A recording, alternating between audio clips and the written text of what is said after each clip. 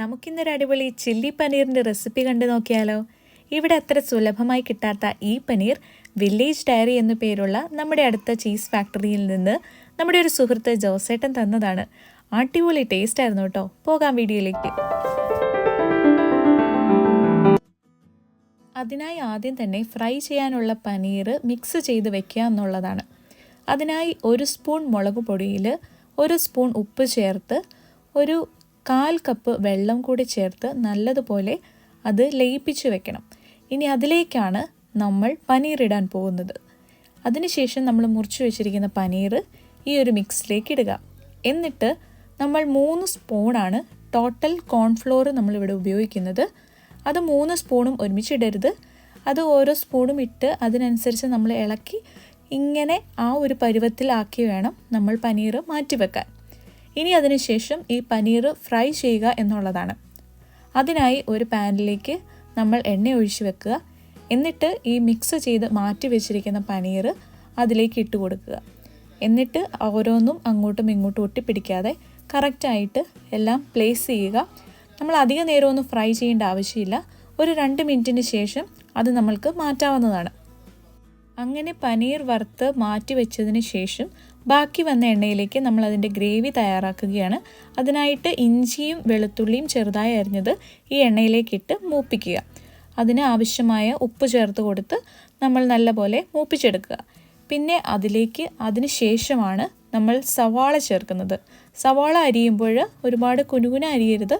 അതിന് ഒരു ചെറിയൊരു സ്ക്വയർ ഷേപ്പിൽ വരുന്ന രീതിയിൽ സവാള അരിയാനായിട്ട്. ഇതും നല്ലപോലെ ഒരുപാട് വഴറ്റേണ്ട ആവശ്യമില്ല. ജസ്റ്റ് ഒരു ചെറിയതായിട്ടൊന്ന് കടിക്കാനൊക്കെ കിട്ടുന്നതായിരിക്കും നല്ലത്. അപ്പോൾ അതിനും ആവശ്യമായ ഉപ്പ് ചേർത്ത് കൊണ്ട് നമ്മൾ ഇളക്കുക. അതിനുശേഷം നമ്മളിവിടെ ചേർക്കുന്നത് ബെൽ പെപ്പറാണ്. നമ്മുടെ നാട്ടിൽ ക്യാപ്സിക്കം എന്ന് പറയില്ലേ, അതാണ്. അതും ഇങ്ങനെ ഒരു സ്ക്വയർ ഷേപ്പിലാണ് നമ്മൾ കട്ട് ചെയ്ത് വെച്ചിരിക്കുന്നത്. അതും ഇതിലേക്ക് ചേർത്ത് കൊടുക്കുക. അതിനുശേഷം ഒരു മുളക്, നിങ്ങളുടെ എരിവിന് ആവശ്യമായ മുളക് ചേർത്ത് കൊടുക്കുക. ഇതും അതുപോലെ തന്നെ നമ്മൾ വഴറ്റി കൊടുക്കുക. ഒരുപാട് നേരം വഴറ്റേണ്ട ആവശ്യമില്ല. ഇനി അതിനുശേഷം ഇവിടെ ഞാൻ മല്ലിയിലയാണ് ചേർത്തിരിക്കുന്നത്. ഇത് നല്ലതുപോലെ ഇളക്കി കൊടുത്ത് അതൊന്ന് നല്ലപോലെ വഴറ്റി വരുമ്പോഴേക്കും വേണം നമ്മൾ അടുത്തതായിട്ട് തക്കാളി ചേർക്കാനായിട്ട്. ഇവിടെ ഞാൻ എടുത്തിരിക്കുന്നത് ഒരു തക്കാളിയാണ്. ആ തക്കാളി നല്ലപോലെ മിക്സിയിലിട്ട് അടിച്ചതാണത്. വെള്ളം അധികം ചേർത്തിട്ടില്ല. അങ്ങനെ തക്കാളി നമ്മൾ നല്ലപോലെ വഴറ്റി വരുമ്പോഴേക്കാണ് നമ്മൾ അതിൻ്റെ സോസ് കാര്യങ്ങൾ ചേർക്കുന്നത്. ഇവിടെ നമ്മൾ ആകെ 2 സോസേ ഉപയോഗിച്ചിട്ടുള്ളൂ. ഒന്ന് സോയ് സോസും ചില്ലി സോസും. ആദ്യം നമ്മൾ 1 സ്പൂൺ ചില്ലി സോസ് ചേർത്തു. അതിൻ്റെ പുറമേ തന്നെ നമ്മൾ 1 സ്പൂൺ സോയ സോസും ചേർത്തു. അങ്ങനെ ഇതെല്ലാം കൂടെ ഒരുമിച്ച് നമ്മൾ മിക്സ് ചെയ്യുകയായിരുന്നു. അങ്ങനെ 2 സോസും ഇതിലേക്ക് മിക്സായി വരുമ്പോഴേക്കും നമ്മൾ 1 സ്പൂൺ വിനാഗിരി അതിലേക്ക് ചേർത്ത് കൊടുക്കുകയാണ്. ഇതെല്ലാം ഒരുപോലെ മിക്സ് ആക്കിയതിന് ശേഷമാണ് കോൺഫ്ലോർ നമ്മൾ വെള്ളത്തിൽ ചാലിച്ച് അതിലേക്ക് ചേർത്തുന്നത്.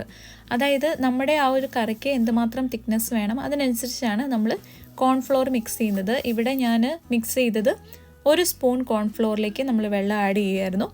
എന്നിട്ട് അത് ചേർത്ത് കൊടുത്തു. പിന്നെ നല്ലതുപോലെ ഇളക്കി കൊടുത്തു. അതിന് ശേഷമാണ് നമ്മൾ ഫ്രൈ ചെയ്ത് മാറ്റി വെച്ചിരിക്കുന്ന പനീർ അതിലേക്ക് ഇട്ട് കൊടുക്കുന്നത് അവസാനമായിട്ട്. ഇന്ന് ജസ്റ്റ് ഒന്ന് ഇളക്കി എടുത്താൽ മതി, കാരണം ഓൾറെഡി പനീർ ഫ്രൈ ചെയ്തതാണല്ലോ. അപ്പം അത് കഴിഞ്ഞ് മൊത്തം ഒന്ന് ഇളക്കി വെച്ച് കഴിഞ്ഞ് കഴിയുമ്പോഴത്തേക്കും സംഭവം റെഡിയായി വരും. ഇതാണ് നമ്മുടെ അടിപൊളി ചില്ലി പനീർ റെഡി.